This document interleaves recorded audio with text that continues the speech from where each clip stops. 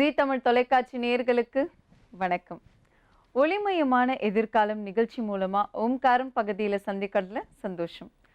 உங்களுடைய வாழ்க்கையில் மென்மேலும் வளர்ச்சி பெறவும், பிரச்சனைகள் தீரவும், ஜாதக ரீதியான சந்தேகங்களுக்கு விடை காணவும் யோக ஆஞ்சநேயர் சக்தி பீடம், அனுமன் உபாசகர் ஜோதிட சிம்மம், திருவல்லிக்கேணி சுவாமி கண்ணன் பட்டாச்சாரியா சப்தரிஷி வாக்கியம் மூலம் உங்களுடைய பிரச்சனைகளுக்கு தீர்வு சொல்லுவார். வணக்கம் சுவாமிஜி.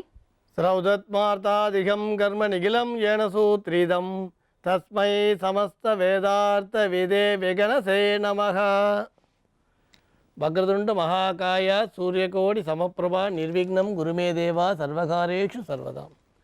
யோகப்பட்டேன பத்தாங்கம் திரிநேத்திரம் சாந்த விக்கிரகம் தியாயே சமஸ்த தோஷக்னம் பாதாத்மஜ மகல்மஷம் கிருஷ்ணம் வந்தே ஜெகத்குரும். ஜெயந்தி மங்களாகாளி பத்ரகாளி கபாலினி துர்காட்சமா சிவதாத்ரி சுவாகாசதா நமோஸ்துதே.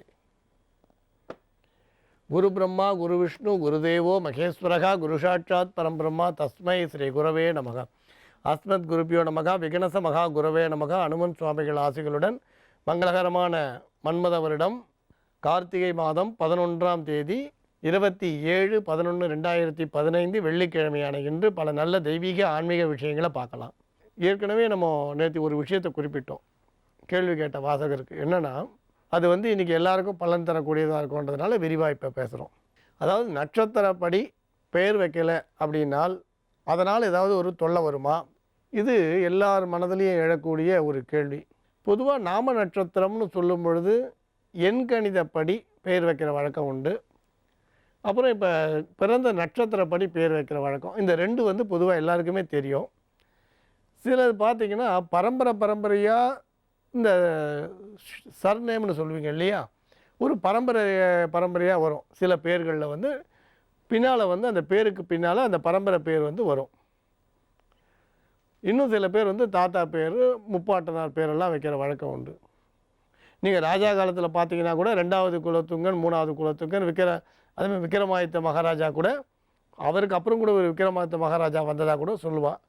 பல்லவ ராஜா காலத்தில் கூட பார்த்தா கூட 2ஆம் நரசிம்ம பல்லவர்னு சொல்லுவோம். அப்போ முதல்ல ஒருத்தர் அவர் இன்னொருத்தர் வரும்பொழுது இப்போ இந்த பேருன்றது இப்படியும் வரும், பரம்பரையாக வரதும் உண்டு. 3வது சந்நியாசம் வாங்கக்கூடியவர்களும் பேரை சந்நியாசத்துக்கு அப்புறம் மாற்றிப்பான். சில பேர் ஆனந்தா அப்படின்னு சேரக்கூடிய பேர் அந்த தீட்சாநாமமாக எடுத்துக்கிற வழக்கம் உண்டு. இது சந்நியாசத்துக்கு ஒன்று. தீட்சாநாமம் எதுக்கு எடுக்கிறோன்னா, ஒரு மந்திரத்தை உபதேசமாக வாங்கும் பொழுது அந்த மந்திரம் சித்தியாகிறதுக்காக. இப்போ உதாரணம், ஒரு ஆனந்தன் ஒருத்தர் பேர் இருக்குன்னா அவர் பூஜ்யானந்தா அப்படின்னு மாற்றிப்பார்.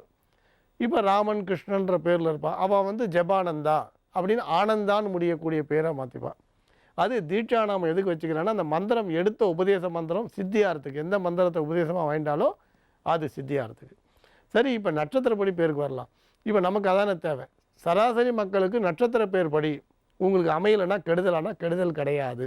முதல்ல ஒரு விஷயம், நீங்கள் பஞ்சாங்கங்கள்லேயே பார்த்தீங்கன்னா சில நாம நட்சத்திரங்களை நுணுக்கமாக பார்த்தா வேறுபாடு தெரியும். ஒரு பஞ்சாங்கத்தில் கொடுத்த நாம நட்சத்திரத்துக்கும் இன்னொரு பஞ்சாங்க நாம நட்சத்திரத்துக்கும் வேறுபாடு தெரியும். அதனால் பஞ்சாங்கப்படி நட்சத்திர பேர் இல்லைன்னா வருத்தப்பட வேண்டாம். இன்னொரு விஷயம், சில நட்சத்திரங்கள் இது பார்த்தீங்கன்னா அந்த டீ டா டோலாம் வரும். இதிலெல்லாம் பேர் வைக்கிறது கொஞ்சம் கடினமானதாக இருக்கும். 2வது விஷயம், அப்போ நட்சத்திரப்படி பேர் வைக்கலைன்னா அதுக்காக வருத்தப்பட வேண்டாம். வைக்க முடிஞ்சால் வைக்கலாம், வைக்கலைன்னா அதுக்காக வருத்தப்பட வேண்டிய அவசியம் கிடையாது.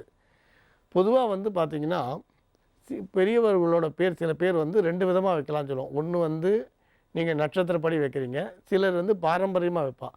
இப்போ பெரியவங்க வயசானவங்க சொல்லுவாங்க, இல்லை இது முப்பாட்டனார் பேர், அதனால் அந்த பேரை வைக்கணுவா. ஆனால் இவாளுக்கு என்ன பண்ணோம், முனியாண்டி சிவனாண்டின்னு வைக்கிறாளேன்ற வருத்தம் இருக்கும்.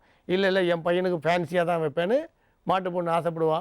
மாமியார் தான் சொல்லுவாள், பெரியவங்களோட பேர் வேணும். அப்போ என்ன பண்ணலாம் அப்படின்னா, பெரியவங்க சொன்ன பேரையும் வைங்க, உங்களுக்கு பிடிச்சமான பேரையும் வைங்க, எண்கணிதப்படி பேரையும் வைங்க. என்ன எல்லா பேரையும் வைக்கலாம்னு சொல்லிட்டு வரோன்னா, ஒருத்தருக்கு நெல்லில் பேர் எழுதும்பொழுது தங்க மோதிரத்தால் எழுதுவா, 5 பேர் எழுதுவா குறைஞ்சது. சில குடும்பங்களில் 7 பேர் எழுதுகிற வழக்கம் உண்டு.